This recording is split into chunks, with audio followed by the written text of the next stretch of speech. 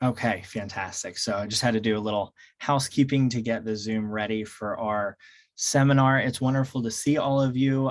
We had the break during Halloween, so I was wondering how many would remember to come back in now that it's already November. So it's so wonderful to see all of you. My name is Richard Yon. I'm a therapist at Newtown Wellness Center in Newtown, doing a lot of interesting work, especially during the pandemic. And so glad to have our sixth in this seminar series. I can't believe how quickly this is all going. And it's been great to have so many of you along the way. Just as a disclaimer, we just want to let everybody know that this is always welcome to the entire community. This is therapeutic advice, not direct therapy. So there's going to be a lot of generalities and talking about things in a more general tone.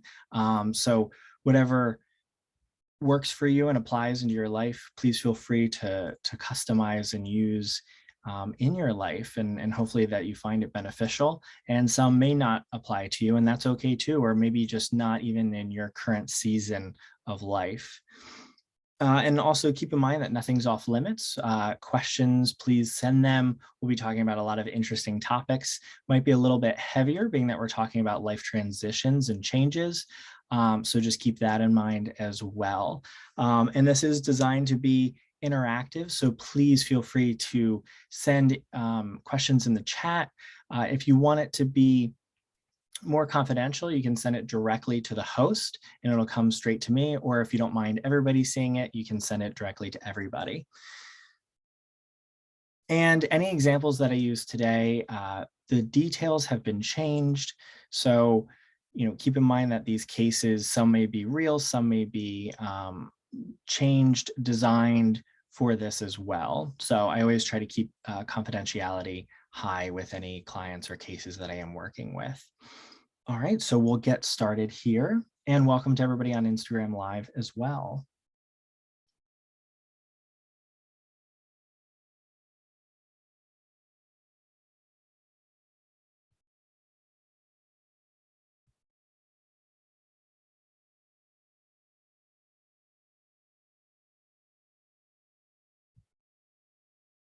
Okay, and it looks like we're up and running.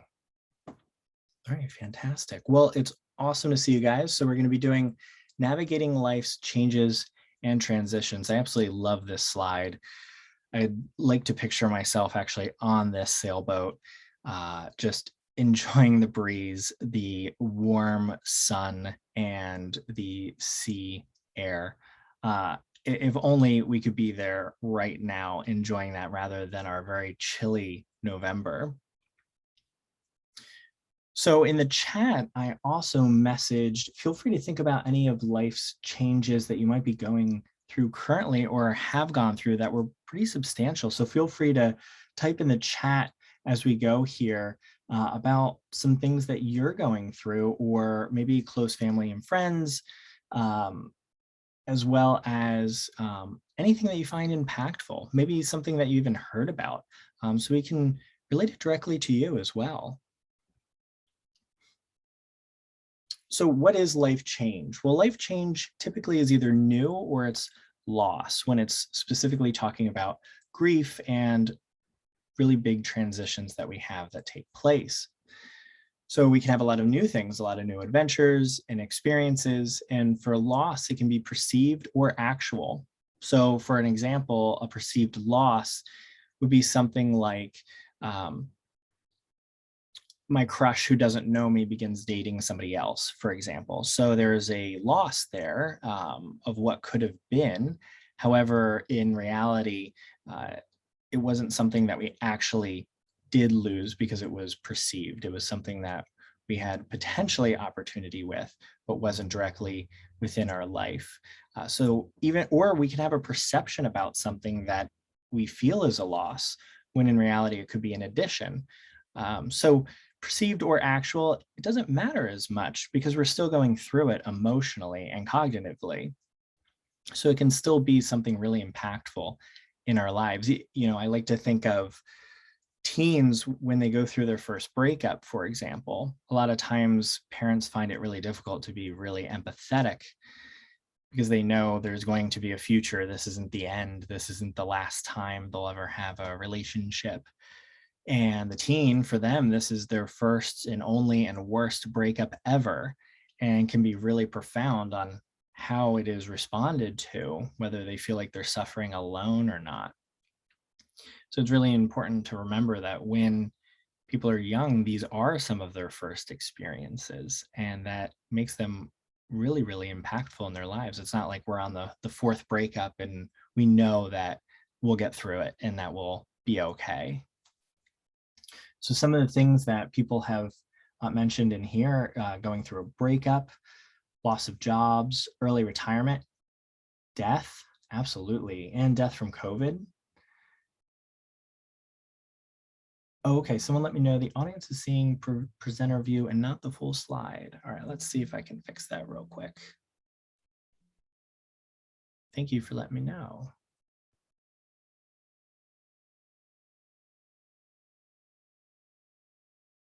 Okay, did that help? Is that all better now?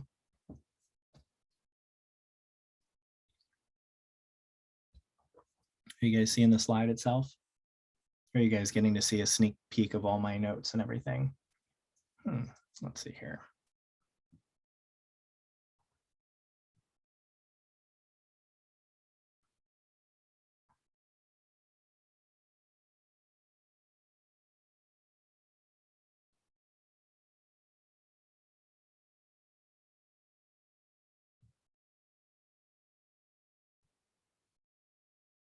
Okay, hopefully that should be better.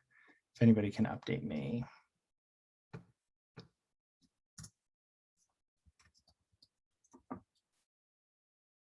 Okay, fantastic. Thank you so much, guys, for letting me know. I have not done all the background to this Zoom before in the past weeks, so I appreciate you helping me out there, and hopefully you enjoyed the preview as well. All right, so life change. So yeah, so we've gone through a lot of life changes.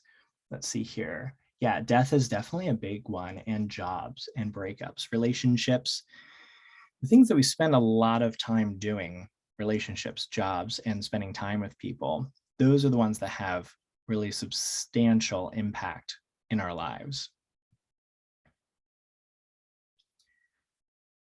Yeah, and you guys seem to be talking about a lot of them. We also have moving. I've had a lot of friends and clients move across country, just up and change their lives. People going off to college, that's a huge life transition, especially for parents that are now an empty nester. Disease diagnoses can be really, really impactful as well, whether they're temporary or permanent.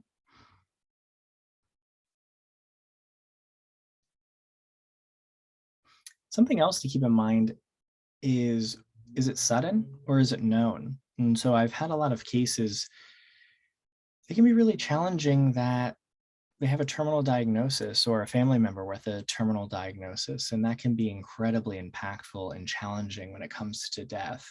Some may think, well, if only I had known, I would have spent time differently. And what I've experienced in many of my cases, while that there is some solace in that, it's still heartbreaking and doesn't necessarily ease the impact of the death itself. It can help with some of the acceptance piece, but it doesn't necessarily take away the pain. So that's what's really challenging with these life transitions, is that even when some of the things are known or the outcomes are known, it doesn't necessarily relieve the burden or the pain that's then associated with it. And that's okay. It's important to embrace the emotional impact that we experience. And so what we're going to talk about in this seminar is a overview with some basic plans and strategies to get you started during these life transitions. Everyone has their unique situation, and not every transition will be the same. For example, even death can be different for everyone and could be different every time we experience someone who's passed away. It's really overwhelming life change, and it is recommended to seek counsel when you're experiencing something that might be overwhelming or is deeply impactful, just to help with processing, planning, healing through it as you go. So we'll be talking about general structures and mapping on how to deal with that life change and the other life changes as well. So keep in mind that each step may not directly impact or apply to each situation, but they broadly take care of each life change. So to start off, grief is one of the most important things for us to talk about. We grieve things that we lose. We grieve what the future could have held for us. We can grieve what is actually gone. We can grieve a person who is still alive. We can grieve the future, potential, things that we once thought were to happen. We can grieve plans. We can grieve opportunities, as well as the past. As we grow with our perceptions and our knowledge and our wisdom, we can even look on the past and grieve the way that we handled things, grieve the way that we experienced a relationship, grieved that we didn't do things better. Grief is not simply the 5 stages like everyone talks about: the denial, the anger, depression, bargaining, and acceptance. Instead, it's really just a scramble. It's the road you got. It's the red road on the right. It's a mess. It's definitely not linear. It can be really, really difficult. And grief is complex. So here are 2 lists. And I looked for more lists, because these don't even cover all of the symptoms of grief. There's hundreds and hundreds of symptoms of grief, and how we experience it is extremely unique. So grab a handful of these symptoms, throw them in a box, scramble them up, and pull one out every so often, and that's what your grief looks like. It's unique to everybody. It's unique to the situation. It's unique to the season in which you're in through your grief. Something that you might be experiencing in the beginning, like shock or numbness, may not be as impactful a few months down the line, and replaced with exhaustion or fear, or perhaps anxiety and panic starts to emerge, all on top of other grief symptoms that you're having, like easily irritable, or feeling really disorganized, or that nothing is ever settled. We can even be in disbelief or yearning for what once was. It can affect us physically, spiritually, emotionally, our thoughts, and our actions. We can become someone who doesn't want to get off the couch, all the way on the other side of the scale to making really bad, impulsive decisions. Grief really can impact us in multiple ways. So it's really important to remember that if someone has gone through something really big, or you yourself are going through something really impactful, to have an expectation that things aren't going to be okay, especially not right away. And there's nothing wrong with that. In fact, that means you're healthy. If you go through a massive life change where you move across the country, or you just got fired from a job that you've been at for 20 years, or you broke up in a relationship that you really thought they may have been the one, it's okay that you're not okay. In fact, that is a really good thing. If you were completely fine the next day, that might be concerning. In fact, denial would be a really dangerous place to be in. And sometimes it takes us a little time to get through the shock and the numbness, which might feel like, oh, we're okay right now. That might last for a few weeks. I often tell my clients or my friends or even my family that after something major has happened, that even the first few weeks you might be feeling okay. And it's not for another month that all of a sudden you just break down in the parking lot of the grocery store wondering what the heck happened, or you're ordering a deli sandwich trying not to sob in the middle of the grocery store. It's completely normal, completely natural.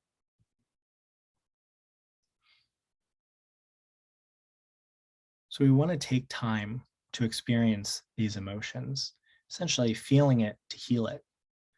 Denying or avoiding feeling our grief prolongs it, and it tends to leak out in other really unproductive ways. We can grieve what could have been, all the life plans together, what has been.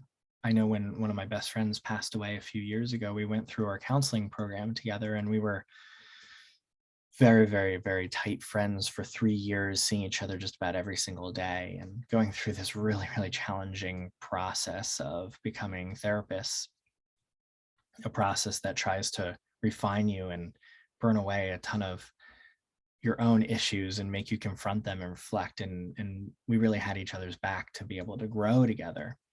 And he passed away 2 weeks before graduation. And that was a really challenging time. And I remember going through all sorts of different types of grief. And it wasn't until even months later that I was just sitting there at work and I was just so pissed off. And I had no prompt for that. I was just really mad. Things were actually going great that day. And that was what was so confusing. And I sat there and I was just in it's almost hard to describe how bad of a mood I was in. And I realized, oh, this is just some grief coming out. And I sat there and I thought about my friend for a while, thought about what might I be angry about. And I realized that, in the next week, I had secretly planned something to do with him that was a surprise and saw it in my calendar, and that was part of it. We really grieved the things that could have been, the plans that we had. Some of it might even be us having to let go of some control, something that we were really looking forward to, a relationship that we deeply loved, a best friend. Maybe we're moving across the country and we're grieving losing our close friends. And yeah, they're still there. And in today's world, it's really easy with virtual to keep in touch. But as we all know through COVID and the pandemic, that virtual isn't quite the same as in person.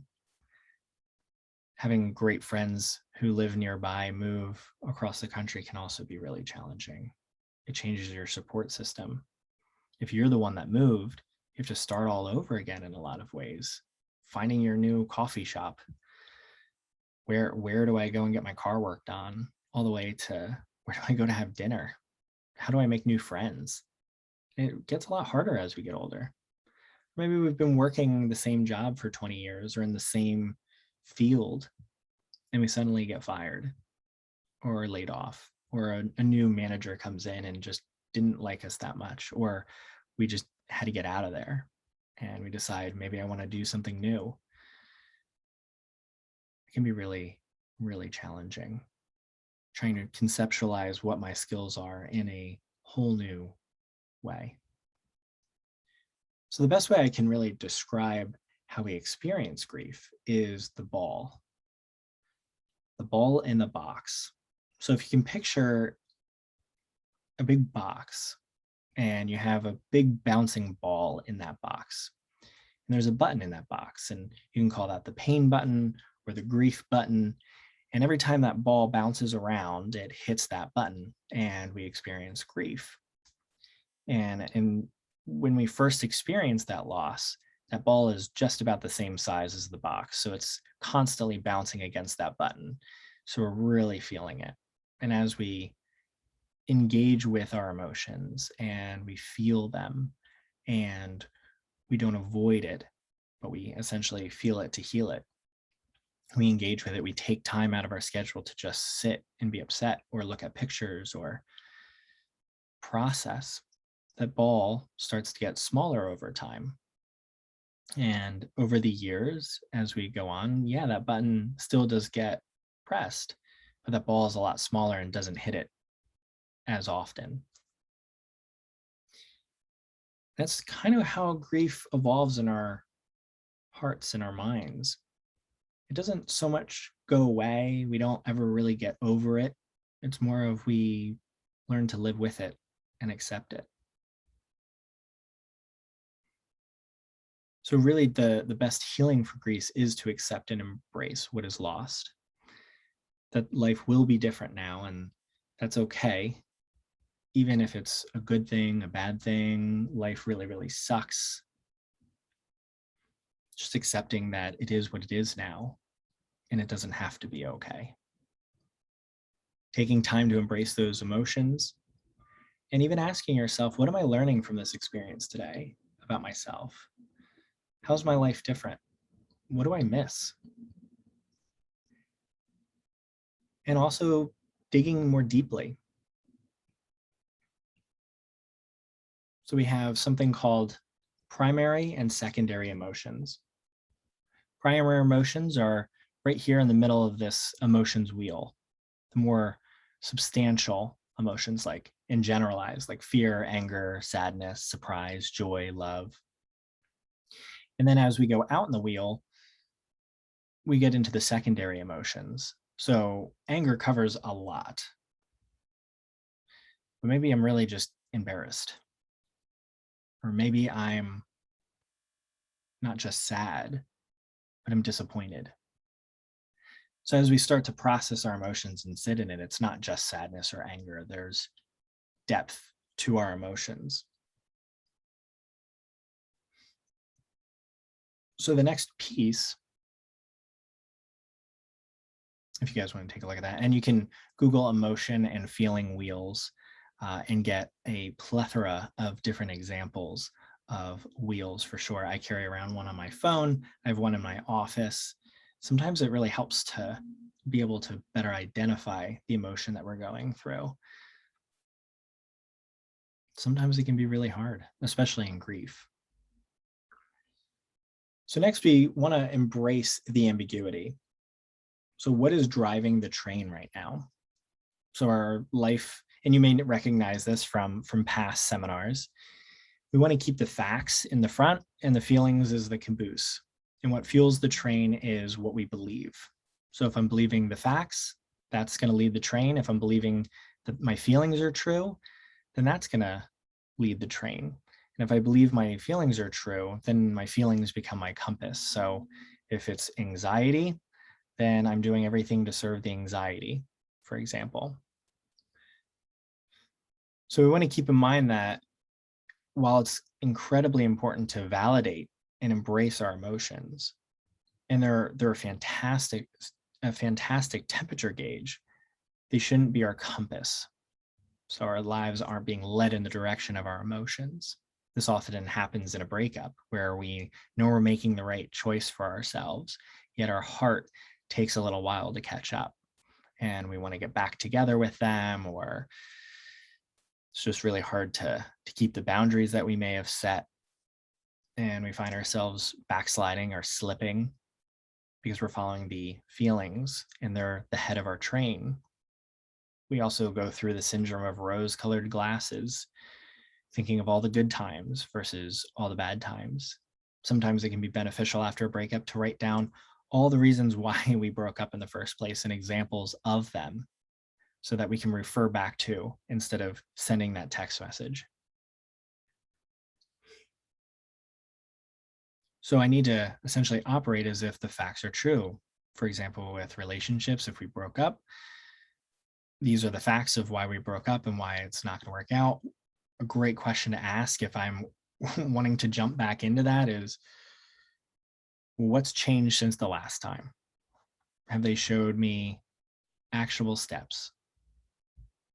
Yeah, I'm going to miss it. Yeah, it's awful. But what's going to change this time around? What effort or energy have they put into it? So we can sit there and we can feel, but knowing that the truth, our facts, are leading the train. And so we act upon that by not reaching out. For example, so to operate as if life will be okay as my truth that I'm believing. So if I'm under the impression that everything will work out for my life, well, then I need to allow my feelings to catch up. So sometimes when we're grieving, especially with death or these other really big transitions, I want to ask myself, well, how would I live my life if things were normal, or at least more normal? Obviously, they're not. Sometimes our life is completely blown apart. But if I were to keep in mind what would life look like more normally, like would I still be hanging out with friends? Would I still be living my life, creating new experiences, Doesn't mean I need to live up to the same standards or have the same energy or production as before. And nor should you have any expectations of what you should accomplish. But instead of just living your life and in the way of, oh my gosh, all I've lost, and I'm dwelling on that, I can take a step moving forward in living my life as if it were more normal, which is not an easy thing to do. It's really about what habits we create, and we'll get into that as the slides go on. So, for example, even if you're going through grief and you leave the dishes in the sink for a week, but you made an effort and dragged yourself off the couch to go see some friends, that's a successful week. So that's kind of that example of, well, what would life look like with some normality to it? That I don't have to just be a grieving spouse for a year, but that I am allowed to laugh, or I'm allowed to still live a life. That just because my life feels like it's completely collapsed doesn't mean that it has to fully collapse.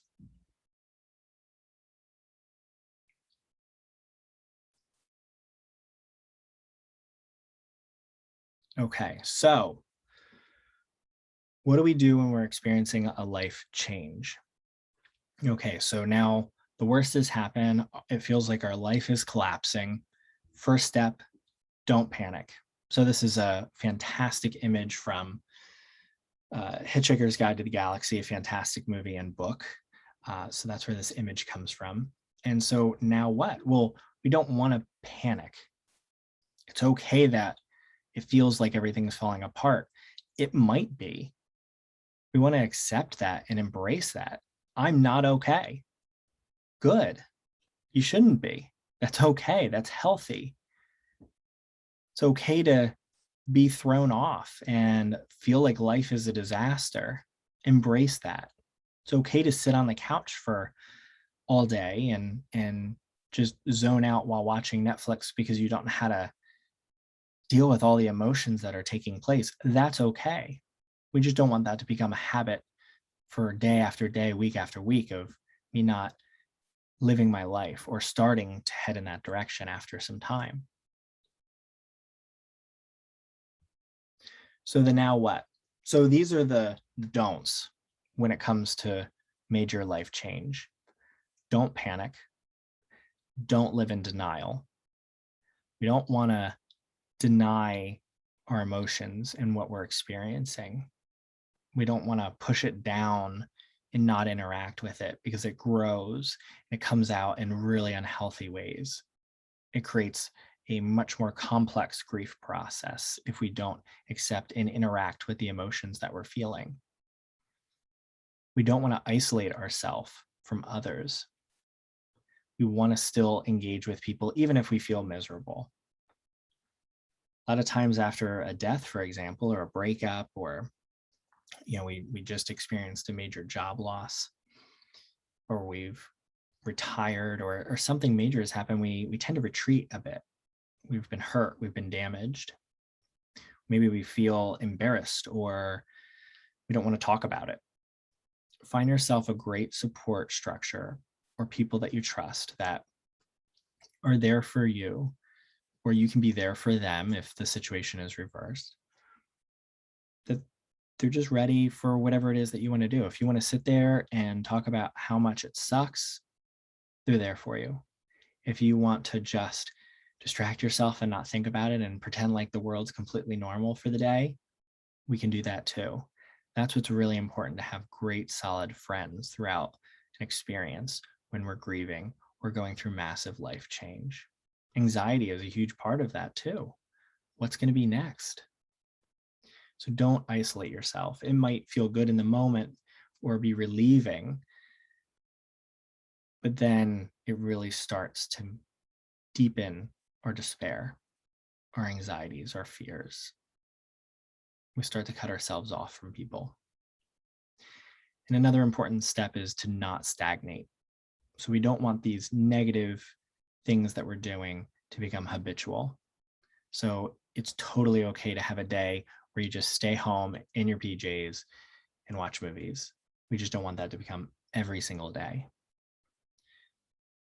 Same with, a lot of times in grief, we have really strong severe emotions, and we find ourselves scared of, well, am I just going to have a massive breakdown at work? Am I going to be okay with going to work? What's really important is to have a good conversation with your boss or managers or coworkers of, if it's appropriate, to say, hey, like, can I kind of ease back in? Maybe I can just do a half day today, and tomorrow I might be fine. That they understand that, because it is really important to reintroduce some normality into our lives as we go, but not have the pressure that there's an expectation that we have to be perfect. And it's really important that we remove all the expectations off of our own shoulders so that we're not giving ourselves a hard time and kicking ourselves while we're already down. So these are the big don'ts. Don't panic. Don't live in denial of what's going on. Don't isolate yourself from others, and do not stagnate. So now for the list of do's. And please feel free, if you have questions throughout this process, to throw them in the chat. And as we go, we'll address them for sure. So one of the things we definitely do want to do is we must embrace the ambiguity and allow time for the grief. And that's going to look different for everybody. The timeline is going to look different for everybody. And that's okay. What's so important to remember is when we're grieving, we need to give ourselves a lot of grace. Or if we know someone who's grieving, we want to give them a lot of grace, because there's going to be times for irritability and shortness, saying things we don't mean, feeling horrible, feeling terrible, feeling angry, feeling sad. I mean, you saw the list. Even not being able to think straight or be creative. Maybe not even the ability to enjoy the things that I normally enjoy, like reading. That's okay too. It's really important that we still do some of those things, that we still take part in some of the things that we do enjoy, even if we're not gaining joy while doing it. It's kind of, again, allowing the feelings to catch up, but you're still rewarding the brain. When clients have moved across country, I say take time to grieve all that you're leaving while embracing all that you're gaining. Same with breakups. What am I learning in this moment? What am I gaining? What does my new freedom look like? What does my independence look like? How do I start to develop this contentment in singlehood? That is a really powerful thing, knowing that in my next relationship, I don't have to be fearful of being alone, because I really do know what it's like, and I'm content with being single, that I don't have to have somebody. But that if I'm going to be in a relationship with somebody, they certainly are worth it. They're what I'm looking for. So embracing the ambiguity, the unknown, is a huge factor. If it takes a year, sure. If it takes a month, great. If maybe it takes a really long time or looks different as the steps go on. Next, we want to take everything in small steps. Take it all one step at a time. A lot of times we will have like a plan for ourselves and say, well, we dated for 3 years, so I should be good in about 3 months. It's like, well, there's so many factors that play into that. Take it all one day at a time. If you're starting a new job or a new career, take it one step at a time. Maybe you just got fired after 10 years of doing the same thing. Start slow. Build your resume. Get a LinkedIn. Start creating and searching for what job I might want to do. Even things that feel completely out of my league. But if we do it all at once, or expect us to have Amazon Prime shipping for our emotions, we're going to be really disappointed with ourselves and start kicking ourselves that we're not getting better fast enough. So we can't heal in a day. We can't change everything in a day. Our life may have been completely blown up in a matter of minutes, but the repair process, or the process to create our new normal, our new life, what this looks like moving forward, takes time to adjust. For some of these, take an opportunity to make my life look more like I want it to. For relationship loss, maybe this is an opportunity to create a life that I always wanted to live. Same with jobs or moving. A lot of people moving to California and Colorado right now to make a better life. And then take small steps in, if you're going through grief from loss, take those small steps daily to just function. And it might feel like I'm just surviving right now. And that's okay. But we don't want to live our entire life on this maintenance level. We want to integrate our self-care and doing the things that we enjoy so that we're building a life for our future. But that doesn't happen in a week. That can take months or even years, depending on what type of grief or loss we're experiencing. It really just comes back to the doing part. And so the next thing we need is really great social support. This is vital. We need a support system and we need social support, which may be the same, may be different. So a support system might even look like a 12-step program. There are 12 steps or life groups that don't just deal with addiction, but deal with life changes and transitions, or leadership, or grief, or bereavement. Finding a group locally or even a club. Maybe it's a book club with friends, something that's a little bit more structured than just hanging out with a group of friends. That can be really wonderful for helping us feel like life isn't completely destroyed, that I can still keep living a more normal life. That just because everything changed doesn't mean that I can't move forward still. And social support where it's just friends or family. There's even apps like Meetup, even some dating apps have a friend feature on them. So even if we move across the country, we can translate it into just trying to meet friends in the area. Or even going and looking at the patch in your local area, or Facebook events. What's going on in this area? How do I get more involved or active? And next, sometimes we want to take some time and create some sort of structure to our lives. We might need to recreate what that looks like. So I worked with somebody who had been working at the same job for about 15 years. Another was working a career for about 30 years and retired early. The 15-year veteran person at their job got a new manager and just got fired. They cleaned house. And he said, "Oh, I've done nothing else. I've never even been on an interview before." Sometimes it takes a while to regain our footing. All of a sudden, I was working 40, 50 hours a week. I knew exactly what I was supposed to do, and I was fitting my life into it. And then all of a sudden, I have all this free time. In fact, I have no structure at all. And sometimes we have to create a structure for ourselves so that we can be creative, that we can be engaging, that we can have some fun.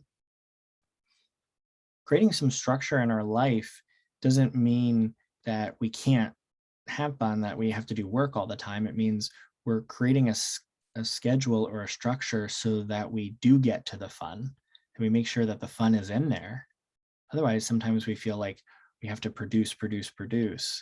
Well, if I'm going to be applying to jobs, I have to apply to all the jobs. And if I'm, after 5 hours, well, there's still more time and there's still more jobs. So I need to keep going. And it's like, no, you also need to be able to enjoy your life a little bit too. And so doing it all one step at a time. So adding some structure, if we're experiencing moving to a new place, we want to start scheduling in some events, trying to create more friendships and connection within that area. If we did experience the death of someone close to us, well, our life might be shattered and plans may be shattered. how do I reconnect? How do I still go out and adventure and create meaning and memories with others or even just myself? Having some sort of structure rather than just a blank canvas every day can be really beneficial for keeping us in higher spirits, even when we're feeling really depressed and down. It gives us things to look forward to, and it keeps us moving. And it is true what they say, a body in motion stays in motion, and a body at rest stays at rest. Next, we want to have a loose plan. Now, this doesn't necessarily apply to all of our life transitions. This more applies to the new things that are taking place in our life rather than loss. We want to create a little bit of a roadmap. So if I'm moving across the country, I'd like to at least have a budget in mind for how much it's going to cost to move. When am I going to do it? Have I even gone out there ahead of time to look at potential areas of where I want to stay or where I want to get an apartment or house? Have I even looked at the job market out there, or am I moving for a job? Just having some ideas for what this future may look like.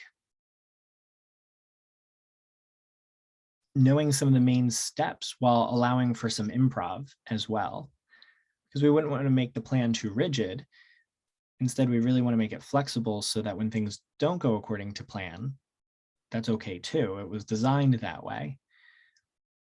But also that we're not just packing a suitcase and going out there and figuring it out as we go, that we still have some sort of foundation in which to go off of. And if you're the type that decides, you know what, I'm just done with everything and I do want to move out there all in one shot, go for it. But it doesn't hurt to have a little bit of a loose plan.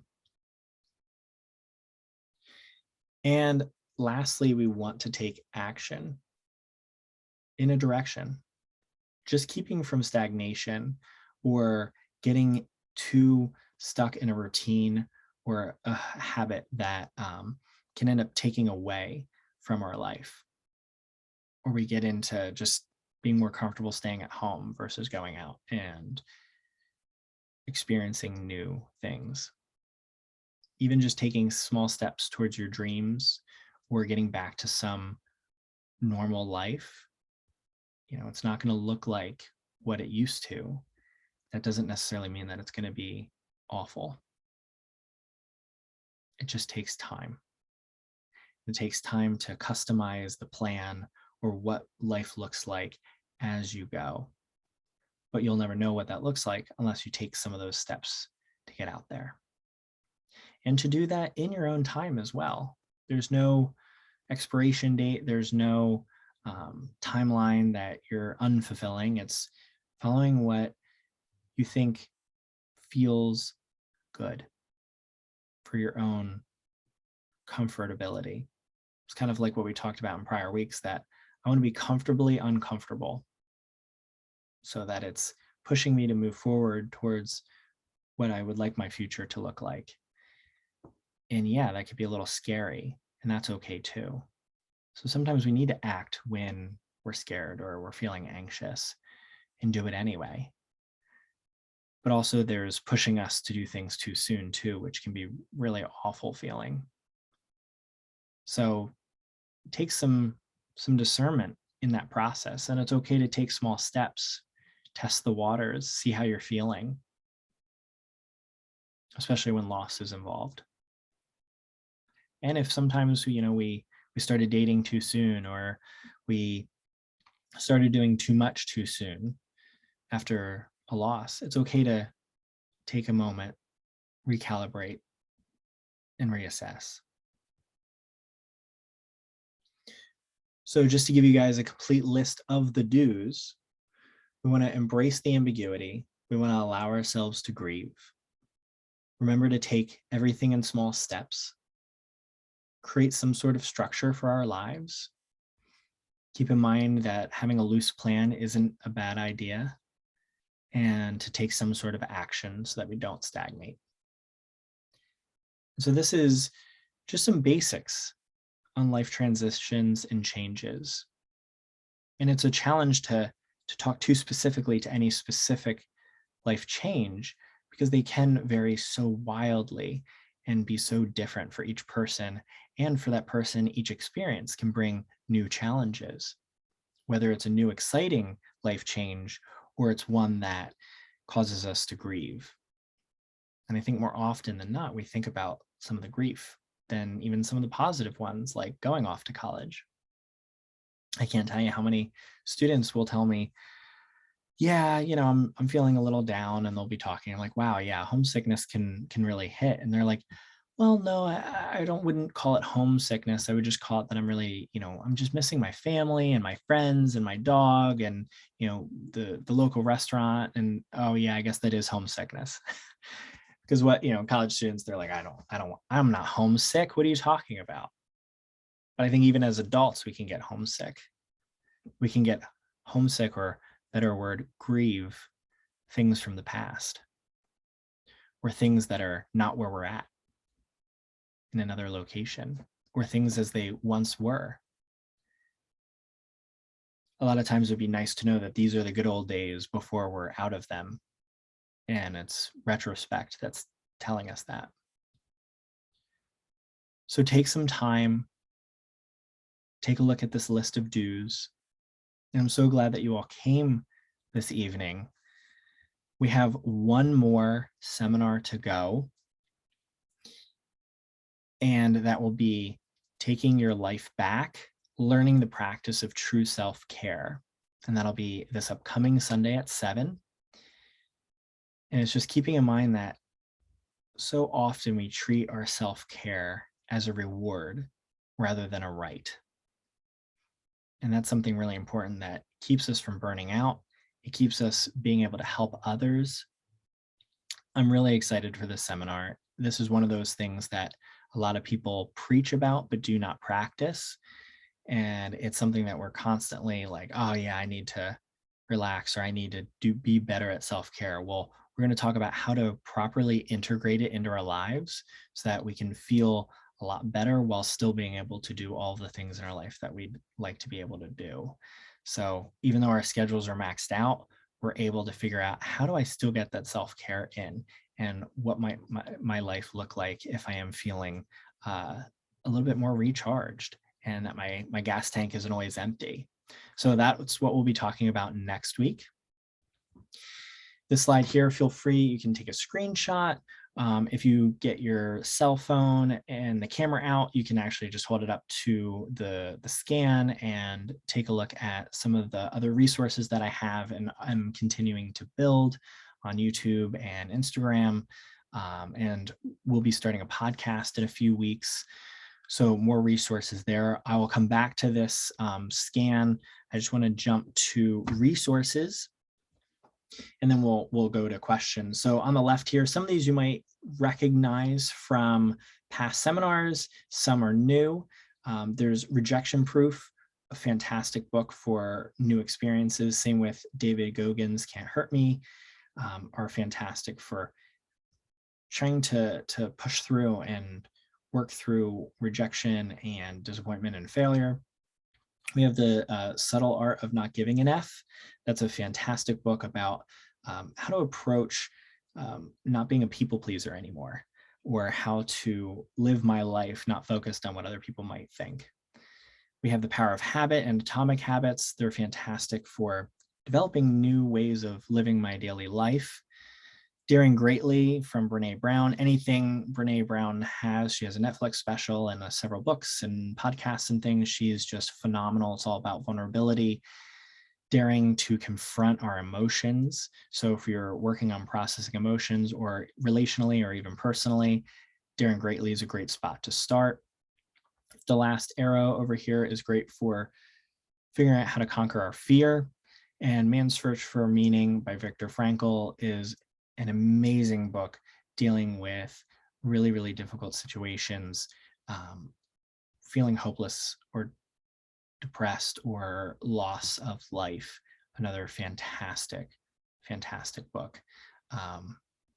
He was a psychologist that got caught in Germany and was in the concentration camp, and it's about how meaning making in our life and how to translate that and our grief and all that we're going through and still be able to have meaning and purpose throughout the process, and how to create learning through it as well. So it's an awesome book. So here are some resources, and I'd love to address any questions that you may have. If you have to get heading out for whatever reason, I also want to say thank you so much for attending this evening, and I hope to see you next week for our last seminar. And if you take a look at some of those social media, there'll be new material being posted periodically, and you'll be able to see if we do another seminar series, things of that nature. All right, let's take a look here. Yeah, so someone mentioned death of a friend, new job, new schedule, routine, move, loss of where I thought I would be in life. Yeah, pandemic related changes are huge. This was something rather interesting too, is that we all went through that together. It's kind of like we all had our house burned down at the same time. So we weren't going through it by ourselves, even though we were all impacted at a different level or in different ways. And the pandemic really didn't create too many problems. What it did is it just revealed the ones that were already there and then exacerbated them to a remarkable level. And I think another aspect that was really difficult about it is it took away all of our coping. So we couldn't go and do even the normal stuff. We couldn't just go hang out with friends. We were afraid to leave our houses. Maybe not all of us, but I think there were points where either we were potentially afraid or we weren't allowed to do things like get together. We weren't allowed to see people in person. We were, it was like the grocery store and home for most of us. And it really can exacerbate a lot of anxiety, depression, grief, and all the opportunities missed out on too during that time. Trips, weddings, relationship struggles. Another interesting component too is so many relationships that started during the pandemic are now experiencing what it's like to be outside of the pandemic in a more normal world, and are falling apart because of that, because they were great at cuddling on the couch and watching Netflix. But now that they're all hanging out with each other's friends and living life and having greater stressors because life's getting busy again, some of these relationships aren't able to withstand that. So that's been rather interesting as well. And another interesting aspect that I've spoken to a lot of clinicians at my practice is the number of affairs that took place during COVID was staggering. There was a point where over a third of my caseload was dealing with affairs. And many of them began or took place during the pandemic. And I think that also alludes to that we don't have coping. We didn't have coping. We couldn't even just do adaptive or healthy coping. And we ended up doing a lot of maladaptive coping or unhealthy coping. So instead of hanging out with friends or spending time with our spouse, going out, doing trips, kind of focused on all that, we looked to anywhere that would invigorate some emotional serotonin and emotional needs and things like that. So it was rather interesting to see unfold, and tragic as well.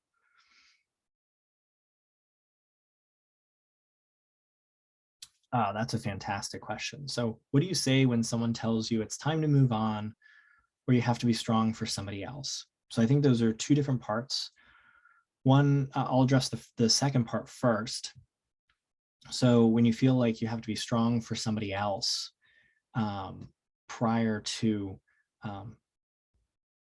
being ready to, when you're having to deal with something really challenging as well, like potentially a family member has passed away, but it's affecting the entire family, and you want to be there for them as well as you're also dealing with some of it. And you have to put your oxygen mask on first.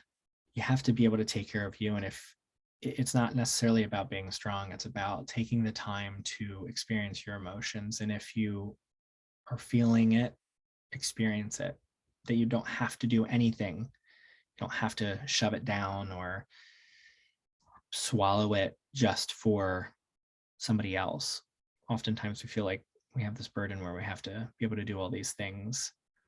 And it's really important that it's okay. In fact, we connect better through our vulnerabilities. And, especially as a parent, and the children are also going through it as well, it's really important to be able to see that our parent can cry and be upset and also live their life. It shows vulnerability, and vulnerability is not weakness. In fact, it takes a lot of strength and a lot of courage. And to keep those open conversations. It's not a, can I be strong or can I break down and cry? It's I can do both. And in fact, they're not mutually exclusive. Oftentimes it takes a lot of strength to show how I feel. And sometimes we're responsible for like all the funeral arrangements and everything, and it's our parent. And that can just be beyond overwhelming. And then we don't even have time to even absorb what's taking place. We're numb or shocked to it, and planning and doing all this stuff, and it doesn't hit us for like weeks later. Sometimes we're stuck with that. And it's also really important to know that we can ask for help, that it doesn't just have to be on your shoulders. And if we have a friend or a family member that's going through it, and we aren't going through the same grief.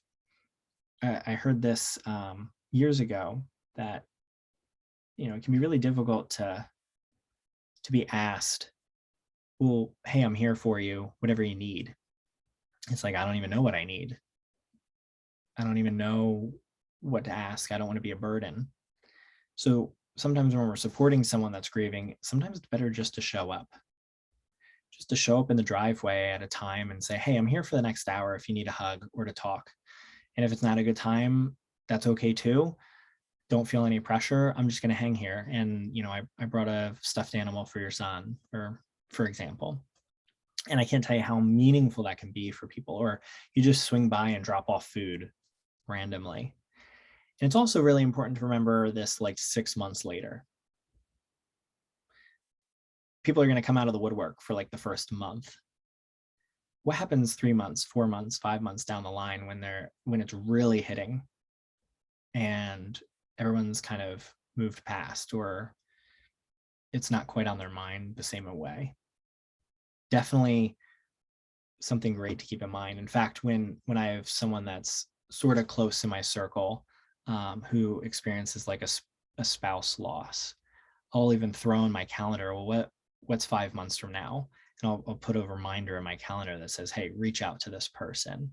Because life's busy. It's hard to always keep track of everything, or you go, oh my gosh, it's already been a year.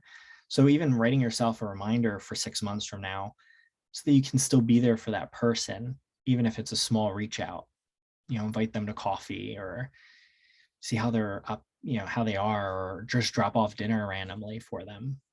That can be beyond impactful, because they're like, wow, you remembered. And to answer the first part of that question, which I think was excellent question too, like how to handle when people are really, really bad at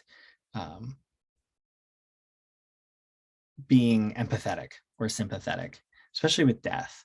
A lot of people, even in the church too, they'll do all these like non-biblical reassurances and things like, oh, well, they're looking down on you, or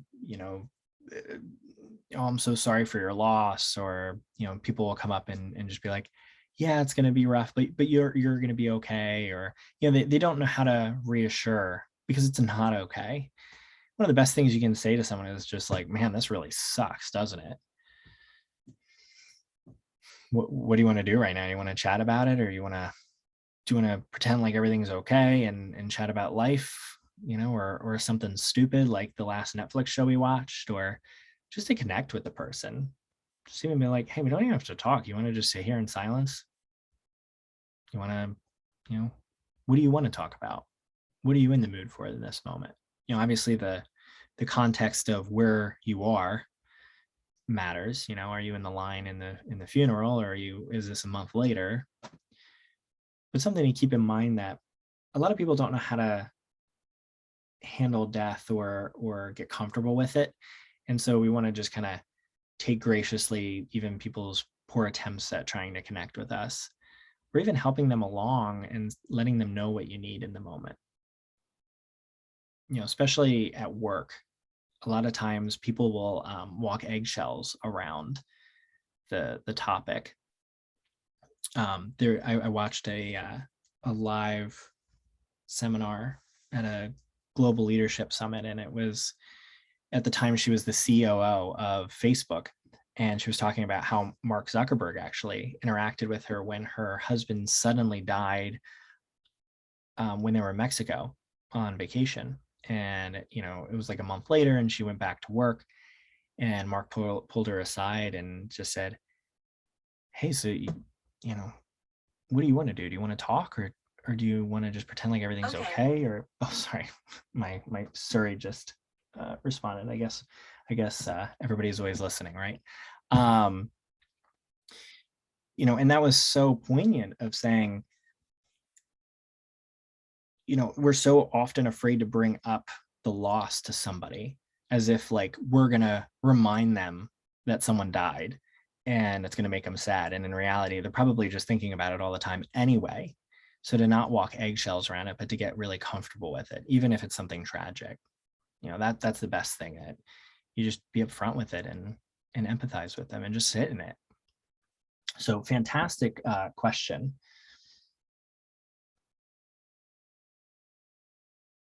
Yes, so someone asked about the seminar.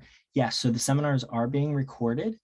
If you follow the social media, I'll switch back to that. If you scan that with your phone with the camera and follow the link, especially the link tree, that can take you to the YouTube where the recordings are being posted. So you can check that out as well.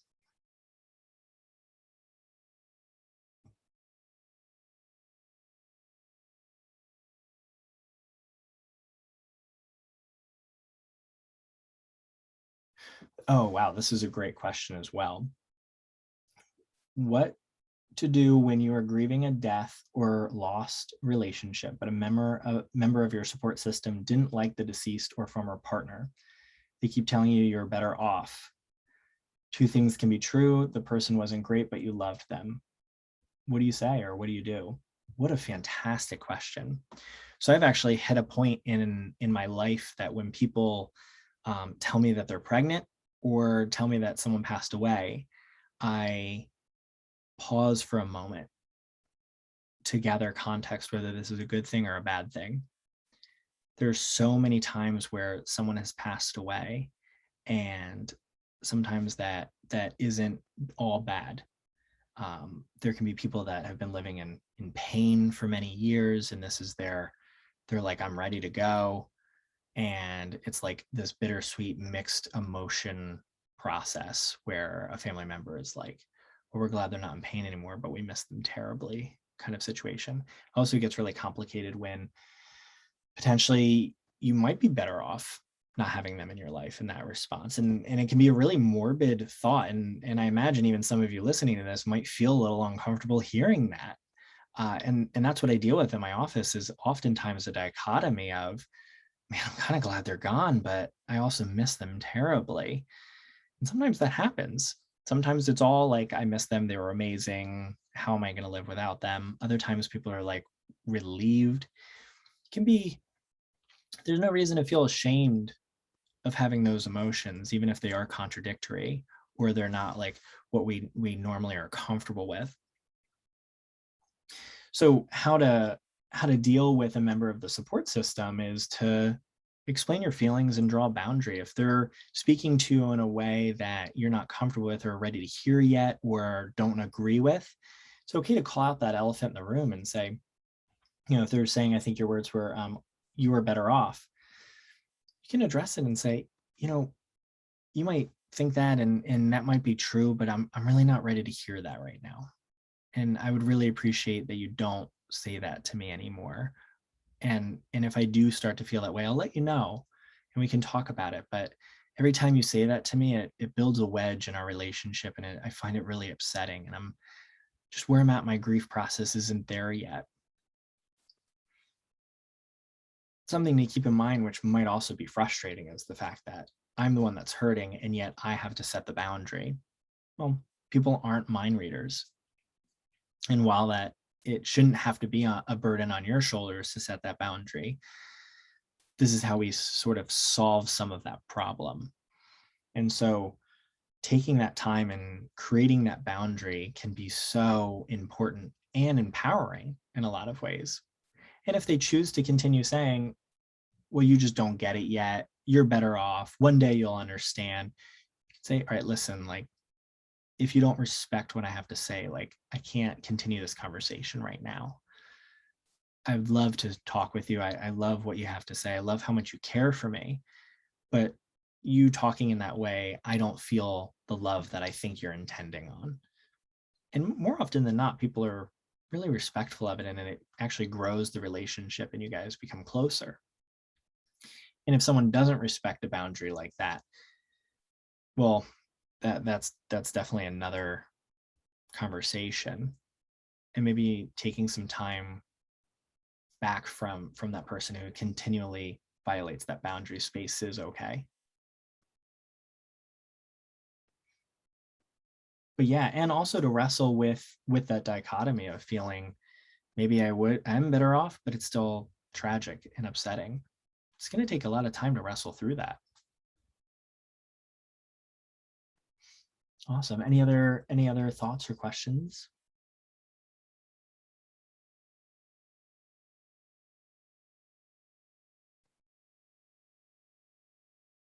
And thank you guys for your kind words as well.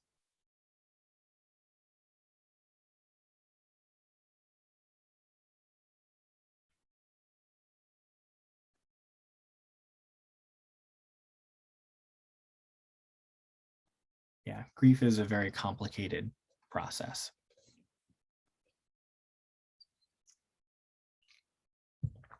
And especially in the climate that we're in, COVID is a really hot topic.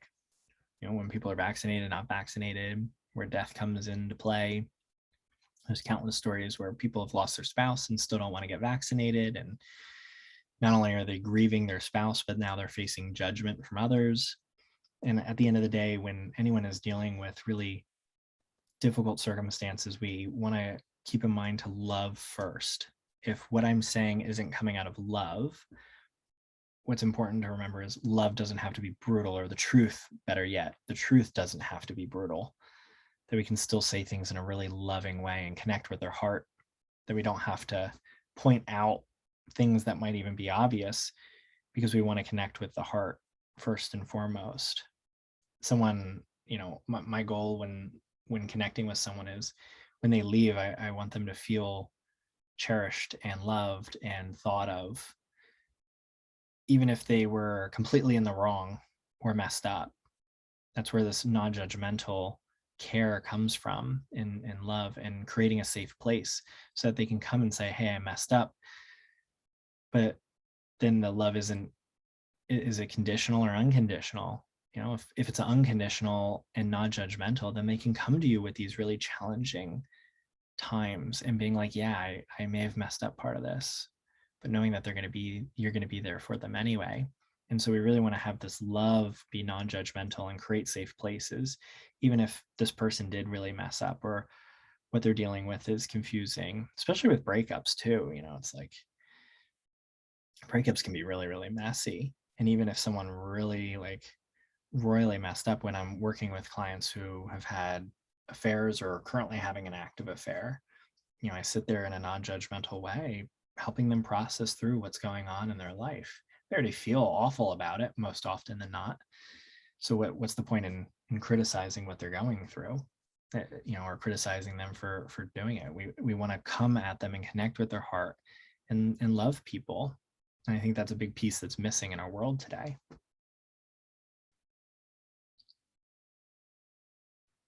All right, guys. Well, I hope all of you have a wonderful night. It looks like the questions have thinned out. Thank you so much for your kind words and attending this seminar. I look forward to seeing you guys next week. I can't believe it's going to already be the final seminar, but hopefully you follow me on social media and can get in touch for future seminars and other material. So hope all of you have a wonderful night and a great week.